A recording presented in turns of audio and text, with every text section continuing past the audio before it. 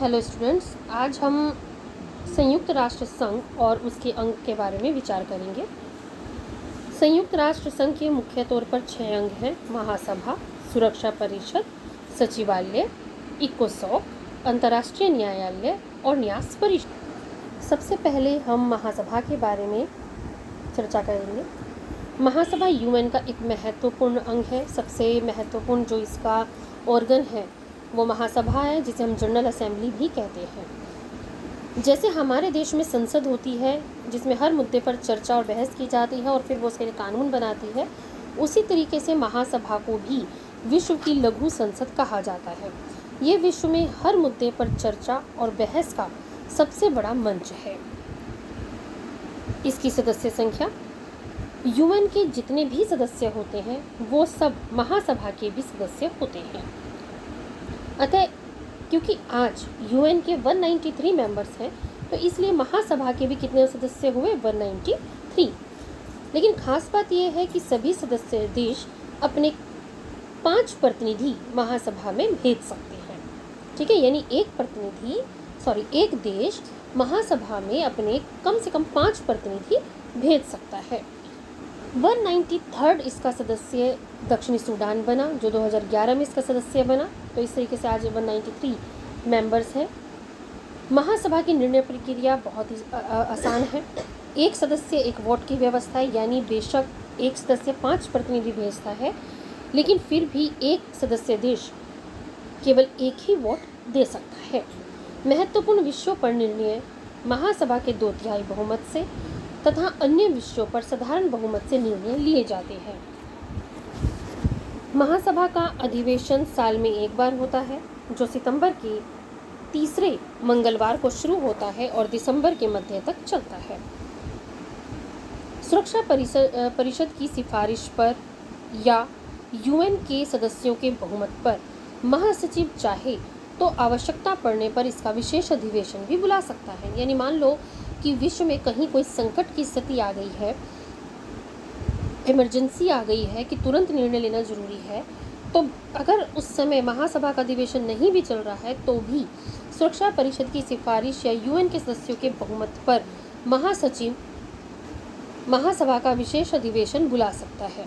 ठीक है, इसके कार्य, क्योंकि संयुक्त राष्ट्र संघ का मुख्य उद्देश्य ही विश्व में शांति बनाए रखना है, अतः इसके सभी अंग, जितने भी ऑर्गन्स हैं 6 के 6, वो कहीं ना कहीं विश्व में शांति बनाए रखने के लिए ही कार्य करते हैं। तो महासभा सुरक्षा परिषद के साथ मिलकर विश्व में शांति बनाए रखने में मदद करता है। सुरक्षा परिषद की सिफारिश के आधार पर ही महासभा महत्वपूर्ण नियुक्तियाँ भी करता है, अपॉइंटमेंट्स करता है, जैसे महासचिव की नियुक्ति, इकोसॉक के सदस्यों की नियुक्ति, इकोसॉक जिसका एक महत्वपूर्ण आर्थिक और सामाजिक परिषद, अंतर्राष्ट्रीय न्यायाधीशों की नियुक्ति, सुरक्षा परिषद के अस्थायी सदस्यों की नियुक्ति भी महासभा के द्वारा की जाती है। लेकिन इसमें सुरक्षा परिषद की सिफारिश बहुत जरूरी है। ठीक है, उसकी सिफारिश पर ही महासभा नियुक्तियां कर सकता है। सुरक्षा परिषद जो नामों की संस्तुति यानी सिफारिश करता है, महासभा उन्हें ही नियुक्त करता है। सुरक्षा परिषद की सिफारिश के आधार पर ही यूएन में यानी संयुक्त राष्ट्र संघ में नए सदस्यों को शामिल करना या किसी सदस्य को यूएन से बाहर निकालना, उसे निलंबित करना भी महासभा का एक महत्वपूर्ण कार्य है। यानी नए सदस्यों को शामिल करने में, या जो सदस्य हैं अगर उन्होंने वो कहीं पर भी यूएन के चार्टर का पालन नहीं कर रहे, तो उस स्थिति में महासभा सुरक्षा परिषद की सिफारिश पर ऐसे सदस्यों को यूएन से बाहर कर सकती है। जिस तरीके से एक देश का वार्षिक बजट होता है, उसी तरीके से संयुक्त राष्ट्र संघ का भी अपना वार्षिक बजट है और इस वार्षिक बजट को अंतिम अनुमोदन महासभा के द्वारा ही दिया जाता है। अनुमोदन यानी सहमति। सदस्य देशों की अनुदान राशि को भी महासभा तय करती है। देखिए, संयुक्त राष्ट्र संघ की अपनी कोई पैसे छापने की मशीन नहीं है या अपनी कोई इकोनॉमिक सोर्स नहीं है। संयुक्त राष्ट्र संघ अपने सभी खर्चों के लिए सदस्य राष्ट्रों द्वारा दी गई अनुदान राशि पर ही निर्भर करता है। ठीक है, तो सदस्य देशों की जो अनुदान राशि है, कौन कितने देगा, इसको महासभा तय करती है। जैसे वर्तमान में क्या है कि इसका टोटल जितना यूएन का खर्चा आता है, उसका एक देश उसका अधिकतम 25% तक दे सकता है, इससे ज़्यादा नहीं, और न्यूनतम उसे 0.01% एक देश को देना ही होगा। ठीक है, यानी यूएन का जितना भी खर्चा, एक सदस्य देशों की अनुदान राशि तय कर दी जाती है और यूएन का वर्तमान में जितना खर्चा है उसके अनुसार एक देश अधिकतम 25% तक अनुदान राशि दे सकता है और न्यूनतम 0.01% उसको राशि जो है देनी होती है। अगर कोई देश लगातार 2 साल तक राशि नहीं देता, अपनी अनुदान राशि, अपना अंश जो है नहीं देता है, तो महासभा उसे मत अधिकार से निलंबित कर सकती है। यानी वो महासभा की निर्णय प्रक्रिया में भाग तो लेगा लेकिन निर्णय नहीं दे सकता, यानी वो उसकी चर्चा में तो भाग लेगा लेकिन वो वोट नहीं डाल सकता है। लेकिन अगर कोई देश गुजारिश करे कि भाई मेरी आर्थिक स्थिति अच्छी नहीं है या मेरी इकोनॉमिक कंडीशन जो है वो इस साल मेरा कमाई नहीं हो पाई, या कोई भी अपनी मजबूरी बताता है, तो महासभा चाहे तो उसको इस निलंबन से बचा ही सकती है। ठीक है, नहीं, लेकिन रूल यह है कि अगर 2 साल तक कोई राशि अंशदान नहीं देता है तो महासभा उसे मताधिकार से वंचित कर देती है, निलंबित कर देती है। ठीक है, तो ये तो वही महासभा के जो साधारण कार्य हैं। इसके साथ ही था क्या कि शीत युद्ध जब इसका गठन हुआ 1945 में यूएन का गठन हुआ, उसके बाद से शीत युद्ध चालू है और विश्व में जो भी कोई छोटे से छोटा मुद्दा भी खड़ा होता था तो वो शीत युद्ध का हिस्सा बन जाता था। तो ऐसी स्थिति में सुरक्षा परिषद जो मुख्य कार्यकारी अंग है विश्व में शांति और सुरक्षा को बनाए रखने के लिए, वो शीत युद्ध के चलते, वीटो पावर के चलते जो है विश्व में शांति बनाए रखने में उतनी कारगर साबित नहीं हो पा रही थी।